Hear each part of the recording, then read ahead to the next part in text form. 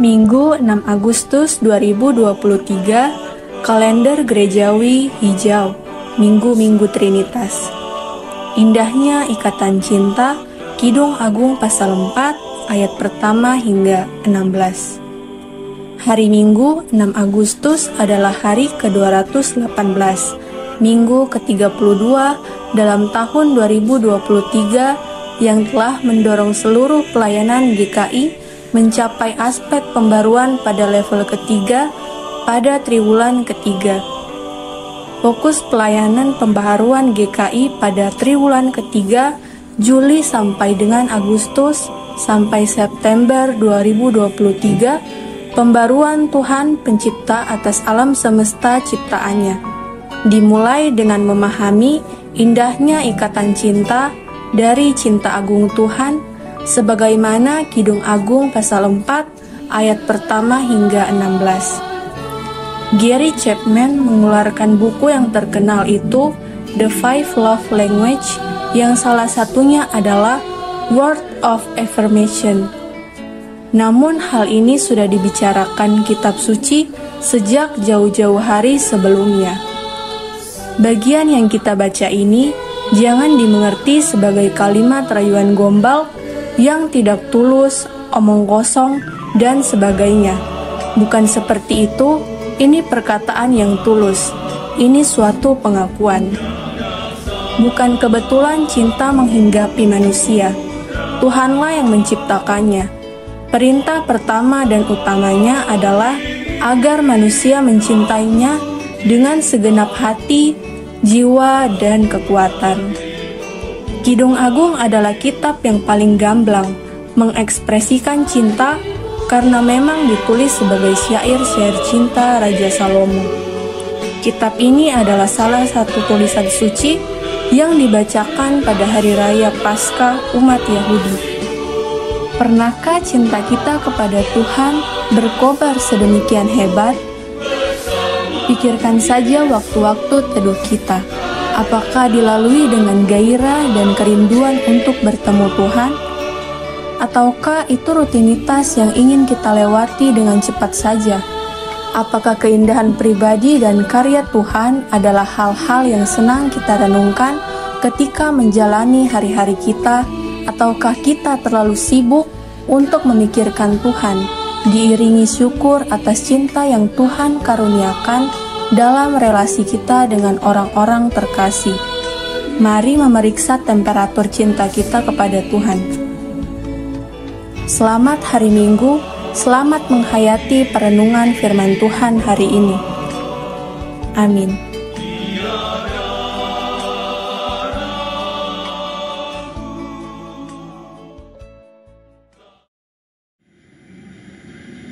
Pembacaan firman Tuhan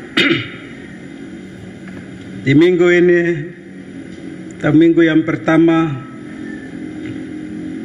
kitab Perjanjian Lama, kitab Kidung Agung pasal 4 ayat 1 sampai 15. Kitab Kidung Agung pasal 4 ayat 1 sampai 15.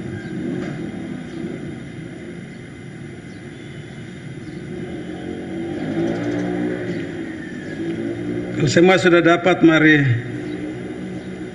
sebelum kita baca dan mendengarkan firman Tuhan, kita tunduk kepala dan kita berdoa minta terang Roh Kudus. Kita berdoa. Tuhan Allah yang Maha Kuasa, Pencipta langit dan bumi, 6 hari lamanya kami bekerja banting tulang sekuat tenaga kami. Kami ingatin hari Minggu, hari yang Engkau berhenti dari segala pekerjaan dan Engkau mengucap syukur untuk hari ini. Dia membuat kami juga datang mengucap syukur atas segala berkat, kasih, penyertaan, perlindungan dalam seluruh aktivitas di sepanjang minggu. Kami kembalikan segala puji, hormat, sembah dan syukur kami bagimu ya Tuhan. di mana saat ini kami sedang bersekutu memuji dan memuliakan Engkau. Saat yang indah kami hendak membaca, mendengar dan merenungkan firman-Mu.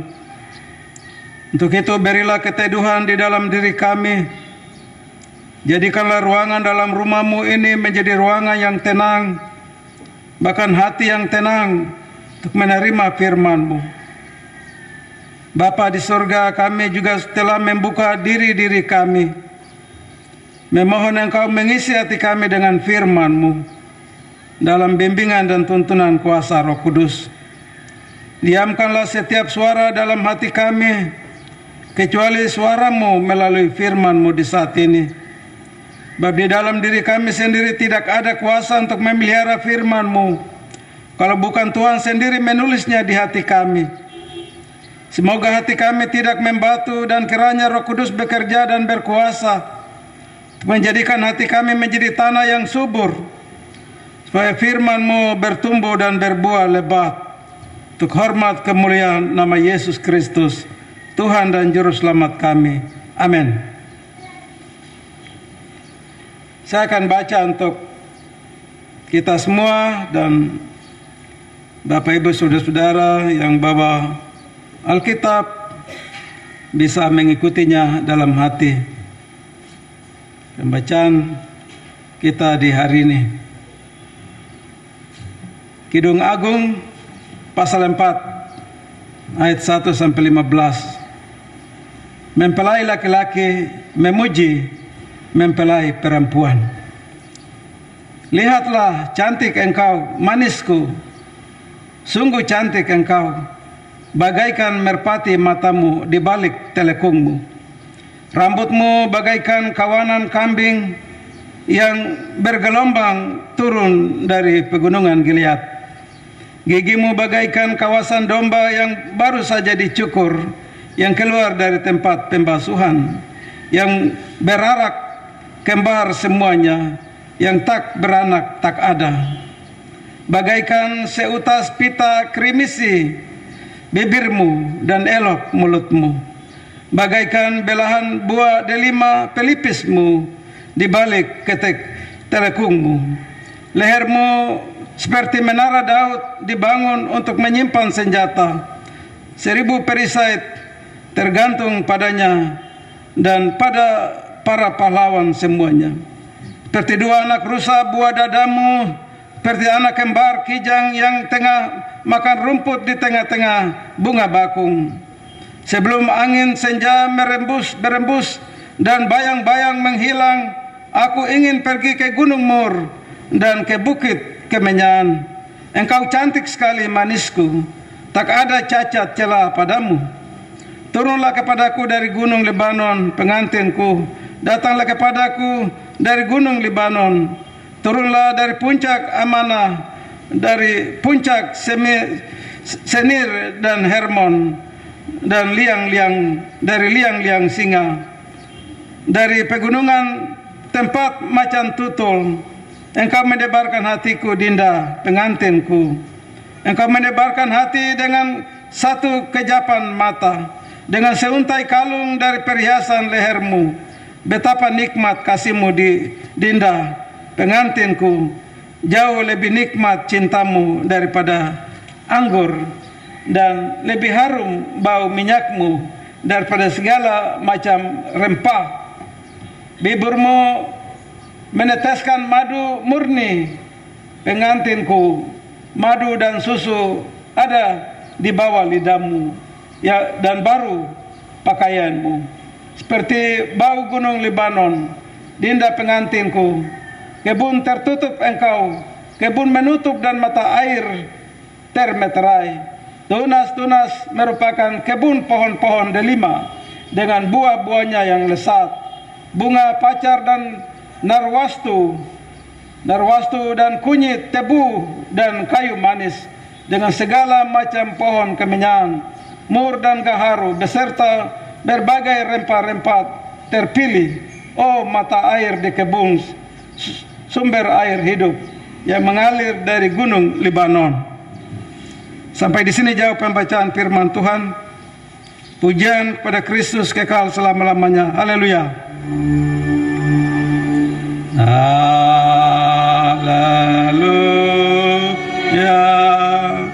Haleluya. Haleluya.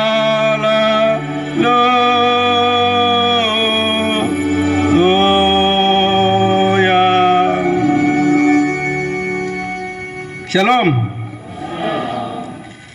Selamat hari Minggu, selamat pagi, dan salam sejahtera untuk Bapak Ibu jemaat Tuhan. Dari pembacaan firman Tuhan yang kita baca tadi, yang diberi tema secara serentak dari bacaan firman ini adalah indahnya ikatan cinta, ya. Indahnya ikatan cinta, artinya indahnya ikatan cinta yang diberkati oleh Tuhan, ya. Bukan yang punya anak banyak-banyak tapi yang tinggal begitu saja, itu tidak diberkati oleh Tuhan. Judul ini adalah mereka yang benar-benar rumah tangganya diberkati oleh Tuhan. Indah sekali sebuah perkawinan yang diberkati oleh Tuhan, ya. Ayat panjang lebar yang kita baca, memang orang kalau baca itu bingung juga, ini cinta-cinta apa ini dalam Kidung Agung ini, ya. Semua berbicara tentang cinta, ya. Cinta atas mempelai laki-laki dan perempuan. Dan banyak cerita juga yang mungkin kita anggap juga seperti tabu, ya. Porno diungkapkan di sini di kitab Kidung Agung. Tapi kalau kita mengerti firman ini, ya, dengan tema yang diberikan itu, indahnya ikatan cinta. Cinta yang ditulis dalam seluruh kitab Agung itu, walaupun kita dengar macam telinga, macam rasa geli, itu cinta dari Tuhan, nikmatnya cinta itu, ya. Bukan cinta gombal, ya. Cinta yang murni, cinta yang turun dari berkat Tuhan untuk rumah tangga yang diberkati oleh Tuhan. Cinta yang sebagaimana kita baca dalam Kejadian pasal 2 ayat 21 sampai 25. Cinta itu, Allah membentuk Hawa dari tanah liat, rusuk kurang satu. Waktu dia bikin Adam tidur, dia ambil dari rusuk sebelah kirinya, dia pergi tempel, selesai jadi manusia perempuan, lalu dia bawa serahkan pada Adam. Pernikahan terjadi pada saat itu. Makanya Adam yang tidak tahu apa-apa, begitu bangun langsung dia bilang, inilah tulang dari tulangku, daging dari dagingku. Cinta yang diberkati oleh Tuhan, ya. Sejak itu pernikahan itu terjadi pada saat itu, ya. Jadi bukan secara kebetulan, ya. Cinta itu menghinggapi manusia atau ada suami dan istri itu bukan secara kebetulan, sudah dari Taman Eden. Perintah pertama dan utamanya adalah manusia itu mencintainya dengan segenap hati. Cinta itu yang Kidung Agung tulis itu, ya, yang kita bangga macam artis saja, itu hanya kiasan-kiasan saja itu. Ada rusa buah dada seperti rusa, 2 ekor rusa kembar buah dadanya. Pengertian arti-arti kiasan yang dimana Salomo tulis ini. Salomo adalah orang berhikmat, dan dia tulis Kidung Agung itu, dia masih raja, masih muda, baru dapat hikmat dari Tuhan. Dia belum berdosa, belum punya istri 300 dengan 700 gundik, belum. Dia masih orang yang dipenuhi dengan segala hikmat dari Tuhan. Makanya Kidung Agung adalah Salomo tulis sebelum dia kenal dosa itu. Indahnya cinta dari Tuhan itu dia ungkapkan. Bagaimana seorang laki-laki dan perempuan saling mengungkapkan kata-kata cinta seperti begitu. Cinta yang tulus. Bukan cinta yang macam kita menggoda seseorang supaya dia bisa jatuh ke kita. Tidak. Ini cinta yang murni. Cinta yang kudus. Jadi kitab ini adalah salah satu tulisan suci yang dibacakan. Orang Israel untuk kitab Kidung Agung itu setiap hari raya itu harus berdiri dan dibacakan. Sehingga ada kaum muda-mudi itu, mereka belajar dari tulisan ini untuk saling mencintai. Sebuah rumah tangga harus saling mencintai mereka ketika dibacakan pada hari raya kitab ini Kidung Agung. Jadi hubungan antara laki-laki dan perempuan yang disatukan, itulah cinta dari Tuhan.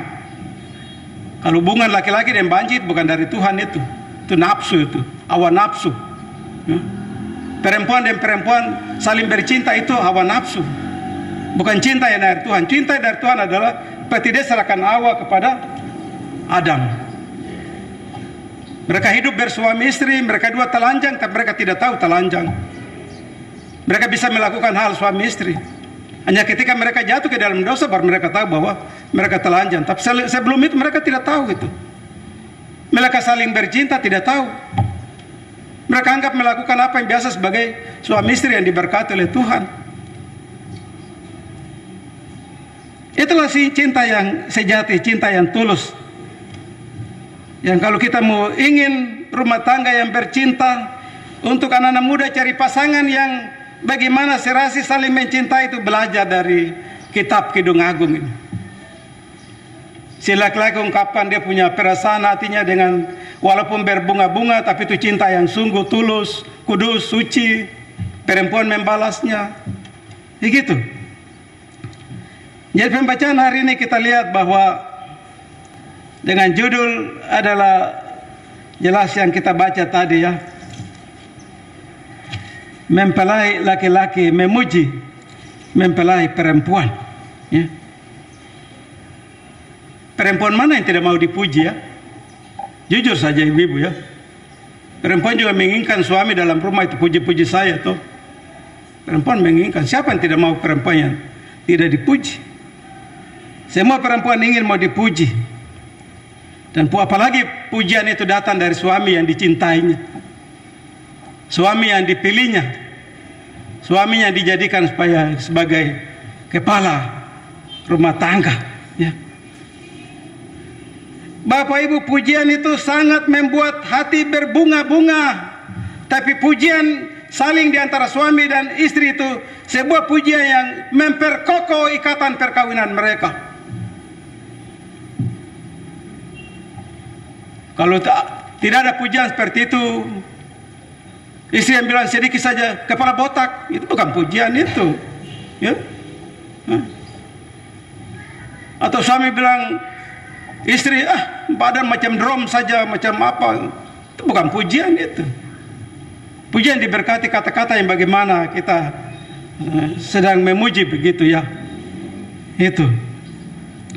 Jadi itu yang Amsal tulis di sini tentang kita baca tadi adalah hanya karena cinta itu asalnya dari Allah. Dan itu cinta yang benar, cinta yang tulus, cinta yang sesungguhnya. Ya kita lihat pada bagian ini ayat yang kita baca hari ini, penulis kitab Kidung Agung Amsal Salomo menyanyikan nyanyian syair ini. Mempelai perempuan itu terkenal namanya adalah gadis Salma. Tapi bukan namanya Salma, itu gadis Salma itu gadis yang berasal dari sebuah desa, tapi dia punya cantik luar biasa. Sangat jelita, sangat cantik sekali. Itu Salma, perempuan Sunem. Salomo belum jadi raja, dia mencintai perempuan ini. Dan kata-kata yang diungkapkan di sini adalah kata-kata cinta untuk yang tulus, ikhlas untuk seorang perempuan yang dicintainya. Itu gadis Salma disebut di Alkitab. Ya. Hanya perempuan ini tidak mau ketika Salomo sudah jadi raja, ada dalam kekayaan, dia undur diri. Perempuan yang sifatnya aneh tidak ditemukan dalam dunia ini. Dia lebih hidup dengan seorang penggembala domba daripada hidup dalam kekayaan. Jadi Salma itu, ya. Dia kasih tinggal Salomo, saya tidak mau. Dia lebih mencintai penggembala domba daripada hidup dalam kekayaan. Ya. Hati perempuan yang luar biasa itu yang digambarkan oleh penulis Kidung Agung yang kita baca dari ayat 1 sampai dengan ayat 15, ya. Jadi cinta dan kesetiaan kepada kekasihnya sang penggembala domba yang tidak pernah berubah, ya. Salomo menggodanya, Salomo dengan kata-kata bunganya, hatinya tidak pernah untuk menyerahkan seluruhnya kepada Salomo. Kita lihat di ayat 1 sampai 4 di mana mempelai laki-laki memuji keindahan wajah mempelai perempuan, ya. Di balik telekungmu, telekung itu tudung muka yang biasa perempuan selalu tutup itu, ya. Orang bilang di sini kerudung. Tapi telekung itu di bagian timur tengah sana bukan membedakan ini agama, tidak. Telekung adalah semua orang boleh pakai. Tom pergi ke Israel, tom bingung mana yang Muslim, mana yang Kristen, karena semua orang pakai, perempuan semua pakai. Dan itu di sana untuk mereka melindungi rambut dari tanah daerah yang debu, sehingga semua orang pakai telekung, ya. Semua pakai kerudung, ya. Di bangsa Israel ya kita sulit. Kalau mereka ke masjid baru tahu, oh tadinya dia itu Muslim, ya. Kalau di gereja, oh ini tadi itu dia Kristen, ya, dia ke gereja ini. Itu baru tahu baku kenal. Jadi itu telekung. Telekung itu yang kalau perempuan itu pujaan hati mempelai laki-laki waktu dia pakai telekung itu, dia lihat betapa indah, cantik sekali, ya. Keindahan tubuhnya. Dikatakan seperti kecantikannya seperti merpati, ya. Saudara lihat pombau yang hinggap dari samping atau merpati, betapa cantiknya, dan dia pandang perempuan itu seperti itu, cantik sekali, ya. Kata-kata di sini, ya. Kita lihat waktu dalam Kejadian pasal 29, ya, di mana Ribka dibawa untuk kepada Ishak, ya. Sudah mendekati rumah tempat tinggal Ishak, lalu Ribka tanya, itu laki-laki yang di jalan kemari itu siapa? Lalu Eliezer kasih tahu, itu sudah hambaku Ishak yang saya bawa untuk kau kawin dengan dia. Lalu dia cepat ambil telekung itu, tutup. Dan Ishak memandang Ribka cantik sekali waktu dia saat pakai telekung itu, ya. Dan begitulah pengantin laki-laki memandang wajah telekung perempuan yang pujaan hatinya, putrinya. Digambarkan di situ ada bagaikan kawanan domba, gigimu yang baru saja dicukur, domba yang baru saja dicukur, artinya barisan gigi putih yang tidak pernah tanggal, ada lubang sedikit pun. Jadi itu gambar betapa cantiknya perempuan itu dengan barisan gigi yang putih sekali seperti domba yang baru saja dicukur, ya. Di situ disebut krimisi, warna merah tua, ditemukan itu di orang Arab. Jadi krimisi itu kalau dibela itu seperti buah delima. Jadi di dalam buah delima itu ada warna-warni di dalam itu, indah sekali. Dan waktu dia pelipisnya dipandang oleh mempelai laki-laki, betapa indahnya seperti buah delima, ya. Pujaan kiasan bagi seorang perempuan yang cantik. Jadi 3 kecantikan itu dimiliki oleh perempuan ini. Tatapan matanya seperti merpati ketika dia memakai telekung, dan pelipisnya yang dia make up itu, keindahannya perempuan itu luar biasa cantik, ya. Di ayat 4 dengan 7 mempelai laki-laki memuji kemolekan tubuhnya, artinya dari rambut sampai di kaki begitu indah sekali, ya. Betapa indahnya tubuh perempuan itu. Tapi rayuan ini juga bukan rayuan gombal, ya. Di zaman sekarang ini, duduk telepon, duduk SMS sambil rayu-rayu, bukan seperti itu. Ini tulisan Rusia yang penuh dengan cinta dari Tuhan, ya. Cinta dari Tuhan. Lehermu seperti menara Daud. Apa maksudnya lehermu seperti menara Daud? Menara Daud yang ada di mana? Tapi ketika kita cari dalam arti sebenarnya adalah perempuan yang cantik di bangsa-bangsa Timur Tengah itu, dong punya leher itu harus bungkus dengan kalung yang melingkar itu, apa gelang begitu. Jadi kelihatan dari jauh tuh lehernya panjang dan cantik sekali, ya. Itu yang digambarkan di sini, ya.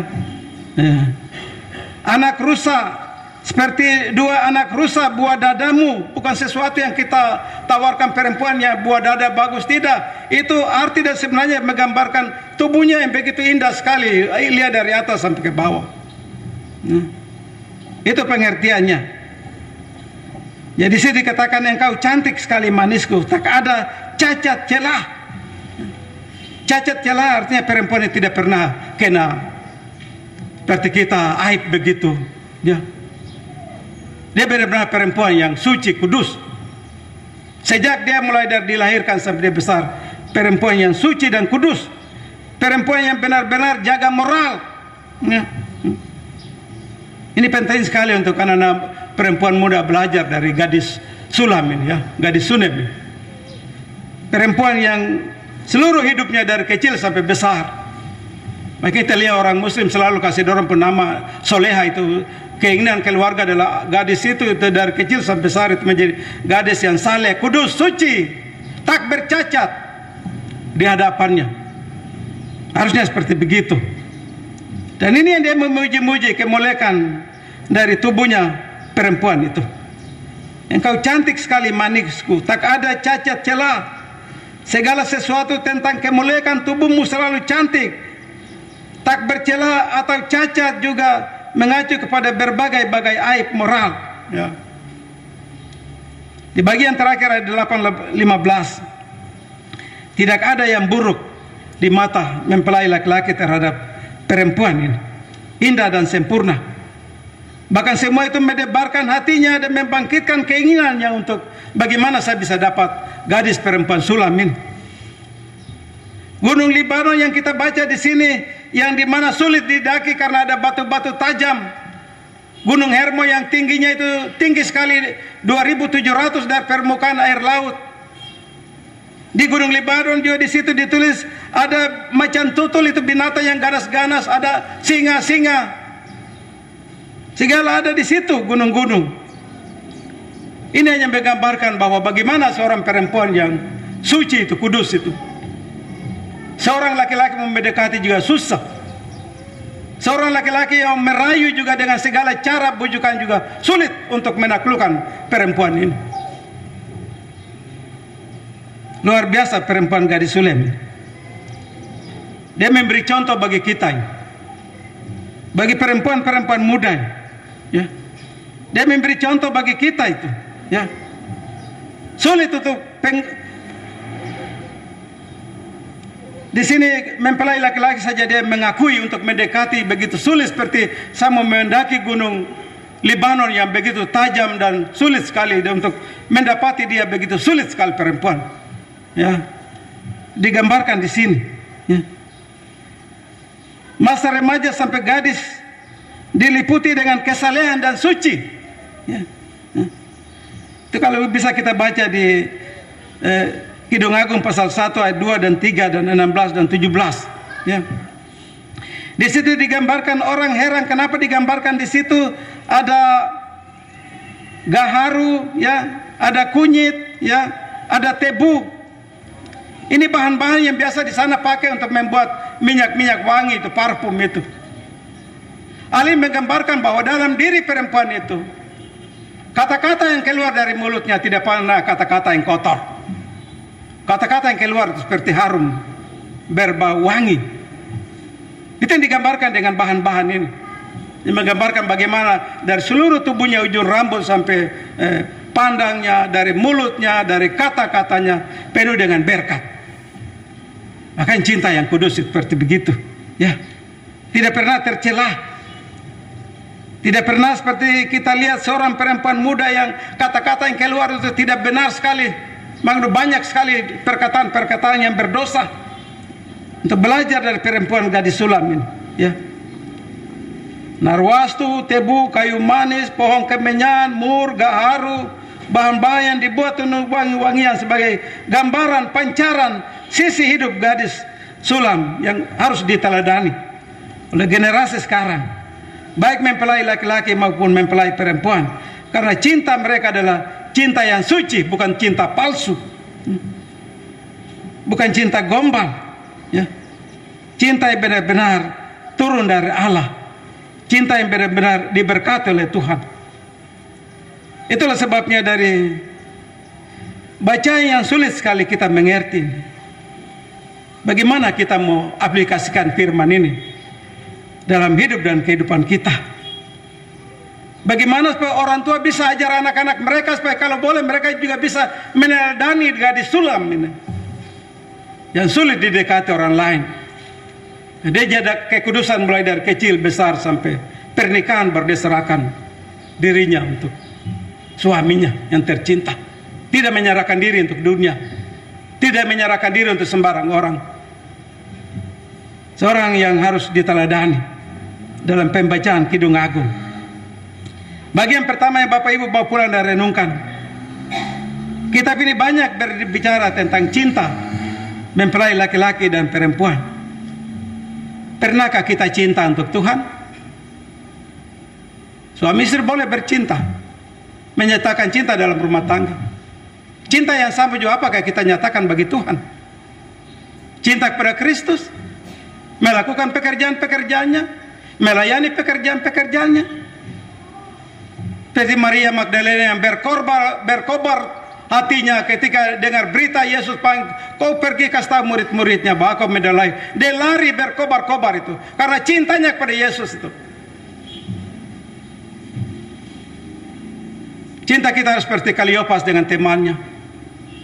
Sampai di Emmaus ketika Yesus menyatakan wajah sebenarnya, aduh tadi sepanjang jalan padahal dia ini baru tong kira siapa orang lain yang tong tidak kenal.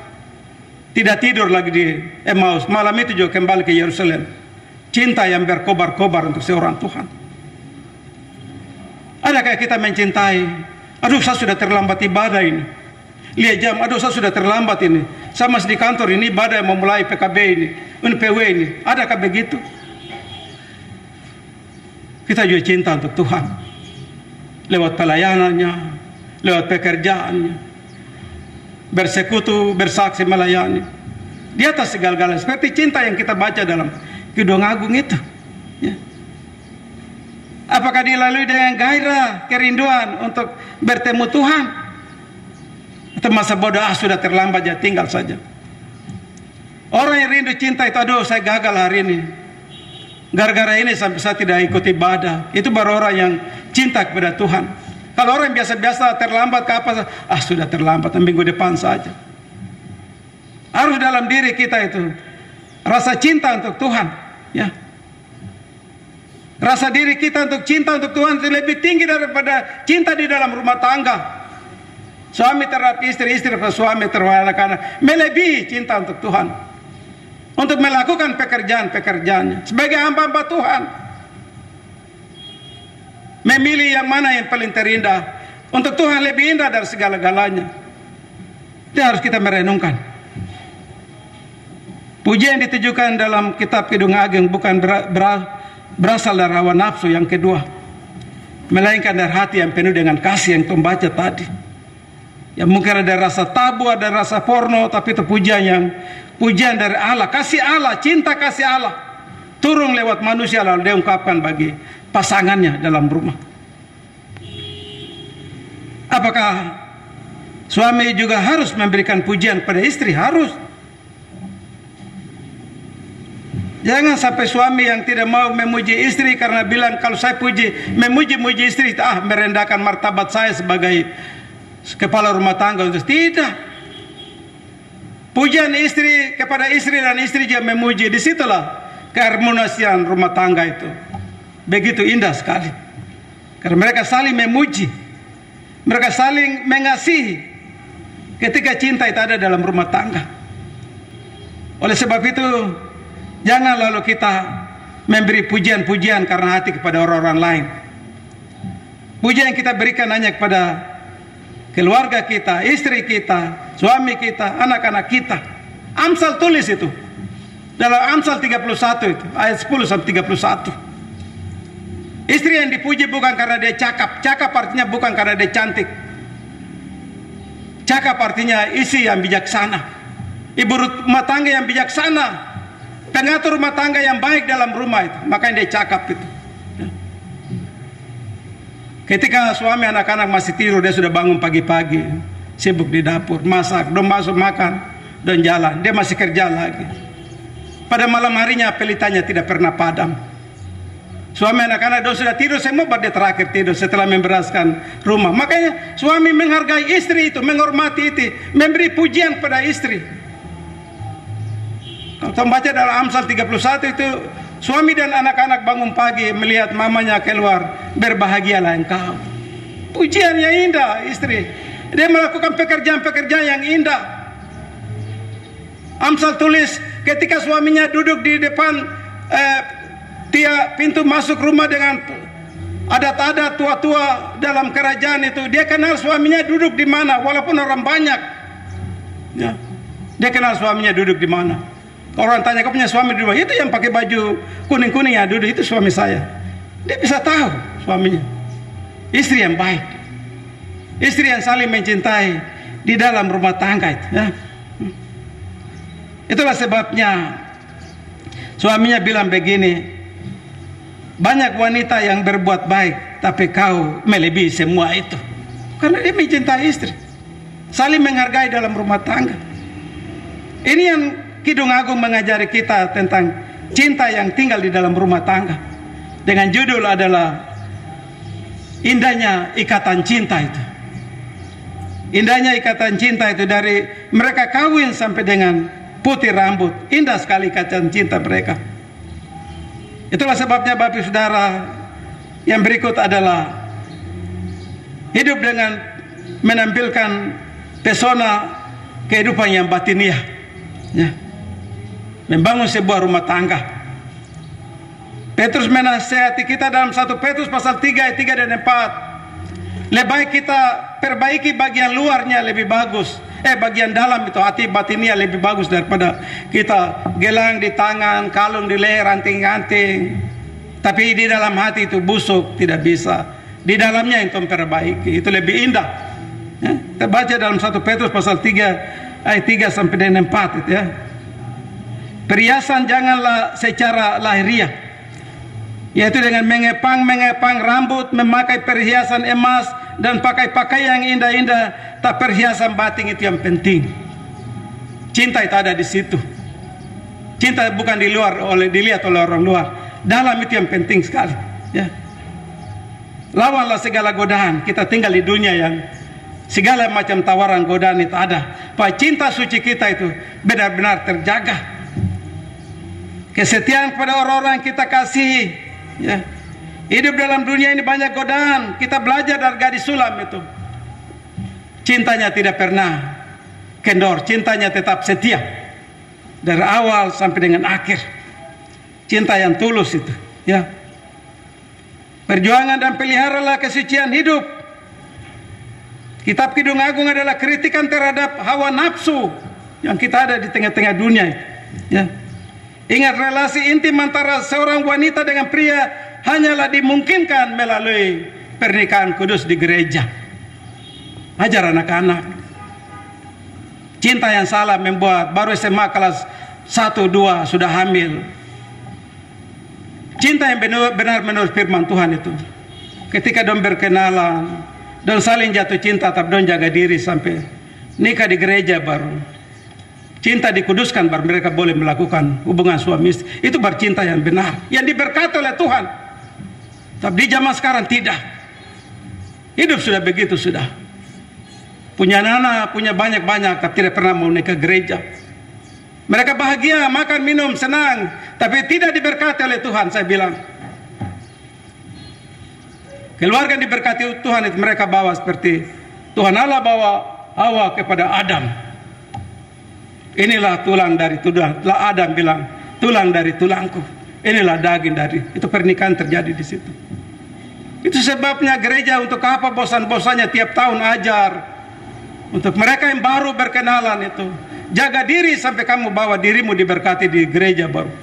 Kamu membuat sebuah kehidupan yang saling mencintai. Benar. Indahnya ikatan cinta itu.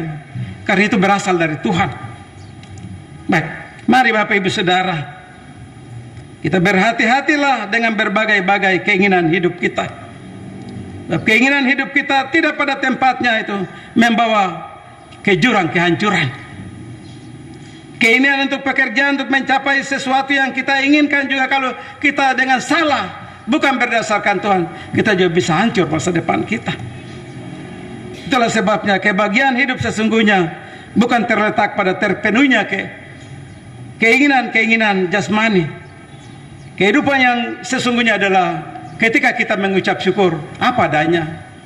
Terima kasih Tuhan, Kau beri saya istri yang baik. Terima kasih Tuhan, Kau beri saya dalam rumah tangga suami yang baik, anak-anak ada yang berkatin. Begitu, tidak perlu lihat-lihat yang di sana lagi. Terima kasih Tuhan berkat apa adanya, kekayaan harta di rumah. Terima kasih Tuhan. Bersyukur dengan apa yang ada itu lebih indah daripada memimpikan segala hal yang ingin nanti kita jatuh ke jurang kehancuran. Jangan.